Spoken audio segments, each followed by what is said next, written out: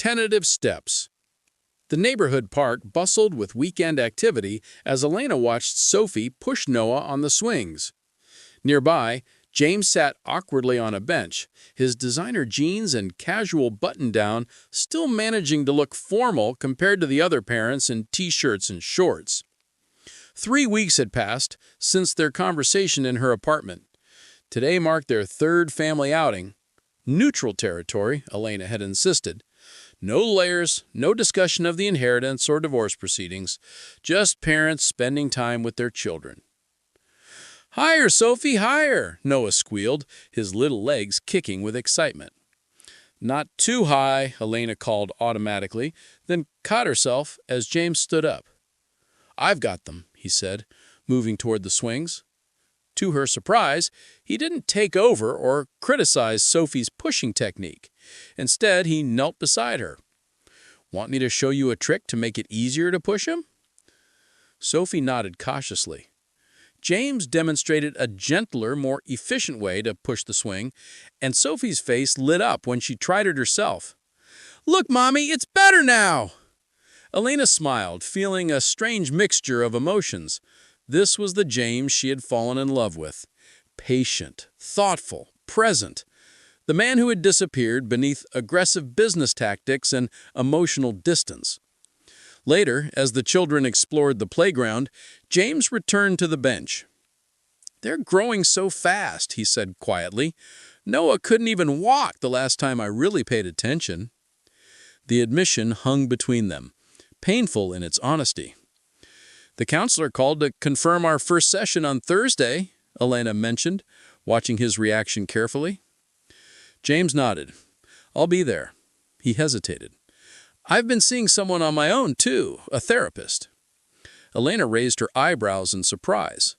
James Carson, who once had declared, "Therapy is a crutch for the weak," was voluntarily seeing a professional. "My father suggested it, actually," he continued, looking almost embarrassed. "Turns out he's been going for 6 months, after Mom died." Elena remembered her former father-in-law's call after the court revelation, his gruff voice asking if the children were all right, offering help if she needed anything. It had seemed out of character for the stern businessman she had known. "That's good," she said finally, "for both of you." A comfortable silence settled between them as they watched Sophie help Noah across the monkey bars. "I visited the main house yesterday," James said. "It was strange being there without you and the kids. All those empty rooms." Elena thought of the Carson family estate, a beautiful stone mansion where they'd lived for 4 years before she had moved out. It had always felt too formal, too perfect to really be home. "Theodore mentioned you haven't touched any of the trust funds," James commented. Elena shrugged. "I'm managing with my graphic design work. We have enough." James studied her face. "You never cared about the money, did you? Even when we first met." "I cared about building something together. The money was always your priority, not mine." James looked away, watching the children. "I thought I was providing security. That's what a good husband was supposed to do, make sure his family never worried about anything." "But we did worry," James admitted. "We worried when you missed Sophie's birthday because of a business trip. We worried when you stopped coming to Noah's doctor appointments. We worried when you stopped talking to us about anything real." James' jaw tightened, but instead of the defensive anger she expected, he nodded slowly. "The counselor said Thursday is just an initial session to establish ground rules." Elena nodded. "I think that's wise." Just then, Sophie came running over. "Daddy, can you push me on the tire swing, please? It's too big for Mom." James looked at Elena, silently asking permission. She nodded. "Race you there," he told Sophie, who giggled and took off running. James followed at a measured pace, letting his daughter win. Elena watched as he lifted Sophie onto the tire swing, careful and attentive in a way he hadn't been in years. Noah soon abandoned the sandbox to join them, and James managed to fit both children on the swing, their laughter echoing across the playground. Perhaps, Elena thought, Watching this tentative new version of their family, Richard Carson had known exactly what he was doing with his final wishes. Part 5. Renewed Hearts. The Carson estate gardens bloomed with early summer flowers, their sweet scent carried on a gentle breeze. Elena sat on the stone bench near the rose arbor, sketchbook open on her lap. 6 months had passed since that fateful day in court. 6 months of weekly counseling sessions, difficult conversations, and slow, cautious rebuilding. She'd moved back to the estate with the children 3 months ago, though she maintained her own suite of rooms separate from James's. The arrangement had raised eyebrows among their social circle, but for once, neither of them cared what others thought. Elena's sketching captured the old oak tree where Sophie had hung her new tire swing, Noah playing beneath it with his collection of dinosaur figures. In the background, James knelt in the garden, helping their groundskeeper plant new saplings, something the old James would have considered beneath him. "Those are beautiful," came a voice behind her. Elena turned to see James, dirt smudged on his cheek, looking at her drawings. "Thanks," she smiled. "The garden makes it easy." He sat beside her, careful to leave space between them. "The therapist asked me something interesting yesterday," he said. "She asked when I last felt truly happy." Elena set down her pencil, giving him her attention. "I told her it was last weekend, when we all had breakfast together and Noah told that ridiculous joke about the penguin." James smiled at the memory. "She seemed surprised it was something so simple." "And what did you think about that?" Elena asked. James looked across the garden at their children. "I thought about how many simple moments I missed chasing things that didn't matter. The counseling sessions had peeled back layers neither had been prepared to face. James's fear of emotional vulnerability stemming from his own cold upbringing, Elena's tendency to sacrifice her needs to keep peace, their mutual failure to communicate honestly about their expectations and disappointments. "Theodore called this morning," Elena mentioned. "He says we've fulfilled Richard's counseling requirement. The trust converts to normal co-management next week." James nodded. "I've been thinking about that, actually, about what grandfather really wanted." "And what was that?" Elena asked. "Not for us to just tolerate each other for the sake of the money. He wanted us to remember why we became a family in the first place." Elena felt a flutter in her chest. "And have you? Remembered?" James turned to face her fully. "I remember everything, Elena. Our first date at that terrible Italian restaurant where I spilled wine all over myself. How you stayed up 3 nights straight to finish the illustrations for Sophie's first birthday book. The way you never gave up on me, even when I gave up on us." He reached for her hand, tentative. "I don't expect you to forgive everything. I wouldn't deserve that. But I want you to know that I see you now, really see you. Your strength, your talent, your heart. All the things I was too blind to value before." Elena looked down at their joined hands. "Forgiveness isn't a single decision, James. It's a choice I have to make every day." "I know," he nodded. "And I have to earn it every day." From across the garden, Sophie called out, "Mom! Dad!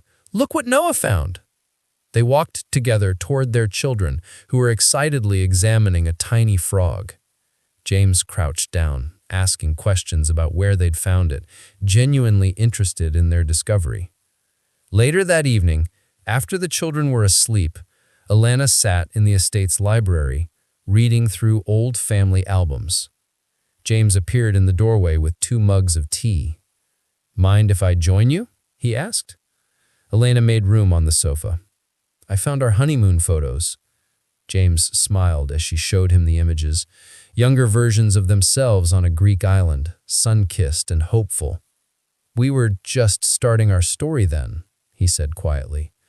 "I thought the most important chapters were about success and status." "And now?" Elena asked.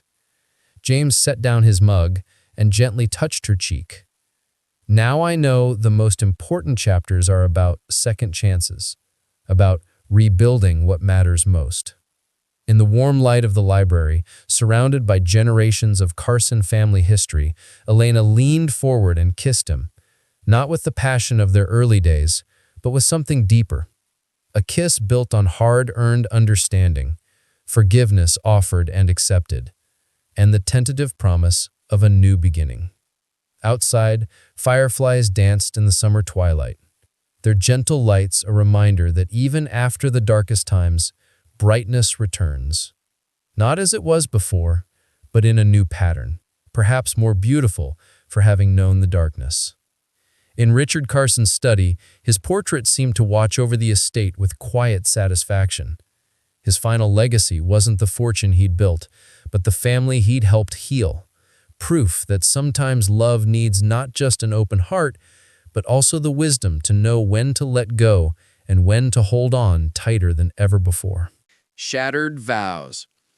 Elena Carson clutched her handbag tightly as she sat in the polished wooden chair of courtroom 14. The air conditioning blasted a little too cold, making her wish she'd worn something warmer than her simple navy dress. Through the tall windows, late September sunshine created deceptively cheerful rectangles on the marble floor. Nothing about this day felt cheerful. Mrs. Carson clearly lacks the financial stability to provide adequately for the children, James' attorney declared, her crisp pantsuit as sharp as her tone. Mr. Carson is simply concerned about his children's well-being. Elena's attorney, Michael Reeves, a kind man who had taken her case at a reduced rate, stood to object, but James caught everyone off guard by suddenly chuckling loudly. "Something amuses you, Mr. Carson?" Judge Winters asked, her gray eyebrows arching high. James smoothed his expensive tie. "I'm sorry, Your Honor. It's just Elena couldn't even manage the household budget when we were married. She once spent our entire monthly grocery allowance on art supplies." His lips curled into a smirk. "She thinks finger painting with the kids is more important than making sure they eat properly." A sharp pain lanced through Elena's chest. That wasn't what had happened at all. The art supplies had been for the children's therapy after James's frequent business trips had left them anxious and withdrawn. The grocery money had come from her own personal savings. "Mr. Carson," her attorney began, My client simply wishes to illustrate Mrs. Carson's financial incompetence," James's attorney interrupted smoothly. Judge Winters frowned. "I'd prefer to hear these concerns through proper channels, counselor." But James wasn't finished. He leaned forward, his expensive cologne wafting across the space between them. "Elena couldn't even keep her job at the gallery. How is she going to support Sophie and Noah? With wishful thinking?" Elena felt heat rising to her cheeks. She'd left that job because James had insisted she stay home after Noah was born. When she tried to return to work part-time, he'd made it impossible by scheduling emergencies that required her attention at home. "Your Honor," James continued, his voice dropping to a theatrical whisper that somehow filled the courtroom. "She can barely dress herself appropriately for court. Look at her, wearing a dress from a department store to decide the future of our children." Several spectators shifted uncomfortably. Judge Winters' gaze sharpened. "Mr. Carson, that's quite enough." "I apologize, Your Honor. I'm just concerned. Elena has always been fragile, emotional. Our marriage was my biggest mistake, and now I'm trying to ensure our children don't pay for it." Elena's breath caught in her throat. 8 years of marriage reduced to his biggest mistake. The room blurred slightly as she fought back tears. Just as Judge Winters was about to speak again, the courtroom doors swung open. An elderly man in a formal suit walked purposefully down the aisle, carrying a leather portfolio. "Your Honor," he announced with quiet authority, "I'm Theodore Lawson, attorney for the late Richard Carson, James Carson's grandfather. I have information directly pertinent to this case that must be presented immediately." Judge Winters frowned. "This is highly irregular, Mr. Lawson." "I understand, Your Honor, but given the circumstances and timing, I believe you'll find this information crucial to your deliberations regarding the Carson family." The judge considered for a moment, then nodded. "Approach the bench, Mr. Lawson." As the elderly attorney moved forward, Elena caught James's expression, a mixture of confusion and sudden alarm. Whatever was happening, he clearly hadn't expected it. The unexpected letter. Theodore Lawson adjusted his wire-rimmed glasses as he opened the leather portfolio on Judge Winter's bench. Your Honor, Richard Carson passed away 3 weeks ago. His will contains specific provisions regarding the family estate that directly impact this divorce proceeding. James shifted in his seat, his confident smirk replaced by a tightening around his eyes. Elena watched his sudden discomfort with bewilderment. Mr. Carson, were you aware of these provisions? Judge Winters asked, scanning the document. My grandfather and I weren't particularly close in recent years, James replied stiffly. I knew I was in his will, but not the specifics. Judge Winters nodded to Theodore. Please proceed, Mr. Lawson. The attorney cleared his throat and withdrew an envelope sealed with wax. In addition to the formal will, Richard Carson left this letter to be read aloud in the event of any legal proceedings involving the Carson family. Theodore broke the seal and unfolded the letter. His voice carried clearly through the hushed courtroom. To whomever presides over this matter, I, Richard Carson, write this with a heavy heart and clear mind. My grandson James has always excelled in business, but failed in understanding what truly matters. The Carson fortune wasn't built on crushing others, but on partnership, integrity, and family. 5 years ago, when I suffered my first heart attack, it wasn't James who sat by my hospital bed for 3 days.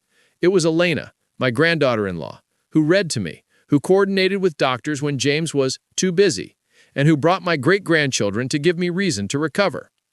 When I expressed concern about James's increasingly cold behavior, Elena defended him fiercely, attributing it to stress and protecting his reputation within the family.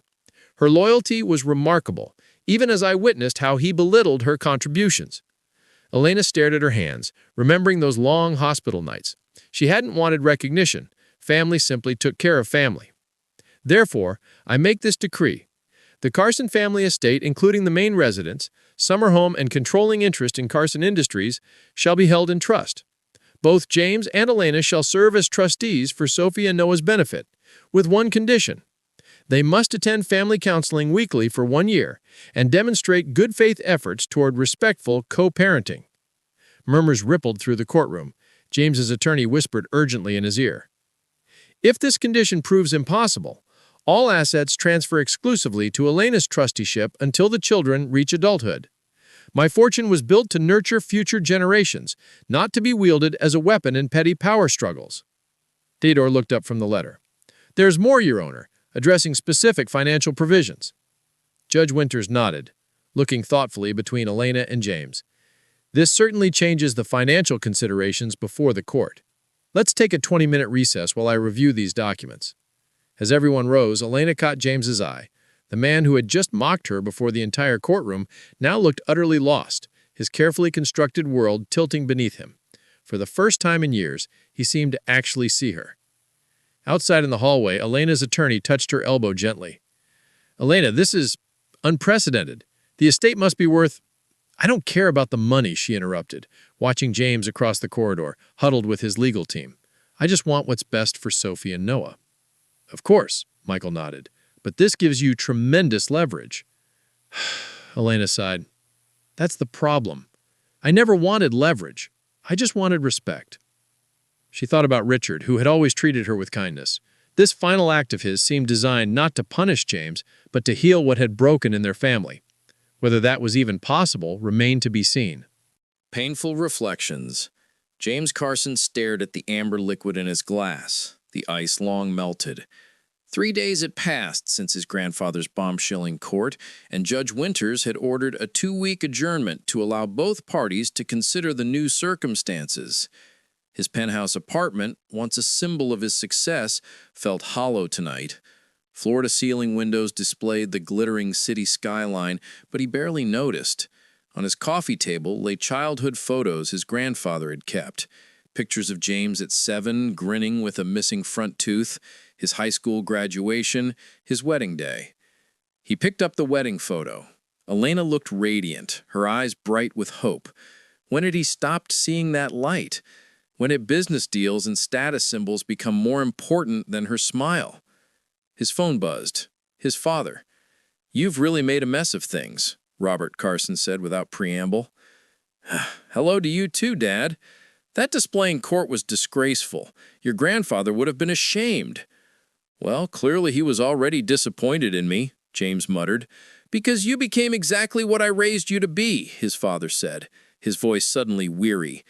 And that's on me. James straightened, surprised by the admission. Dad? I taught you that success meant conquering, that vulnerability was weakness. I modeled the same coldness toward your mother that you showed Elena. Robert paused. I was wrong, James. Across town, Elena tucked Sophie into bed, smoothing her daughter's dark curls from her forehead. Mommy, is Daddy still mad at us? The 6-year-old asked. Elena's heart constricted. No, sweetheart. Daddy's never been mad at you or Noah. But he's mad at you? Elena chose her words carefully. Grown-up relationships can be complicated, honey, but we both love you very much. After leaving Sophie's room, Elena checked on 4-year-old Noah, already fast asleep, clutching his stuffed dinosaur. The small 2-bedroom apartment she'd rented after moving out from the Carson mansion was nothing like the Carson mansion, but she'd worked hard to make it home. In her tiny living room, Elena opened her laptop to review emails from Theodore Lawson about the trust. The figures made her dizzy. Millions in assets, investments, properties. She'd never wanted James's money, only his partnership in building their life together. Her phone chimed with a text message. Can we talk? Not about the case, about us, Jay. Elena stared at the screen. Us had ceased to exist months ago. Still, Richard's letter had revealed something she long suspected. James hadn't always been this cold. Something had changed him, hardened him, and perhaps there was value in understanding what. The children will be with my mother tomorrow afternoon, she texted back. You can come by at 2. When she finally fell asleep that night, Elena dreamed of their early days, James teaching her to ski, laughing as they both tumbled into the snow, cooking dinner together in their first small apartment, his face when he first held Sophie, full of wonder and terror. The next morning, Elena found herself unnecessarily tidying the already clean apartment. At precisely 2, a knock came at the door. When she opened it, James stood awkwardly in the hallway holding a paper bag. I brought coffee, he said, his usual confidence noticeably absent. I remembered you liked the hazelnut kind. Elena accepted the peace offering with a small nod, letting him into the apartment. He looked around, taking in the children's artwork on the walls, the modest furniture, the school books on the dining table. He said quietly, You've made it nice. Elena replied, We're managing. James took a deep breath. I've been thinking about what Grandfather wrote, about how you defended me to him, even when I didn't deserve it. Elena set the mugs down. I always believed in you, James, even when you stopped believing in us. For the first time in years, James's carefully composed facade cracked. He said, I don't know how to fix this, vulnerability bleeding through his words. Elena watched him, this man she had once loved so completely. She said honestly, I'm not sure it can be fixed, but maybe for Sophie and Noah, we can build something new.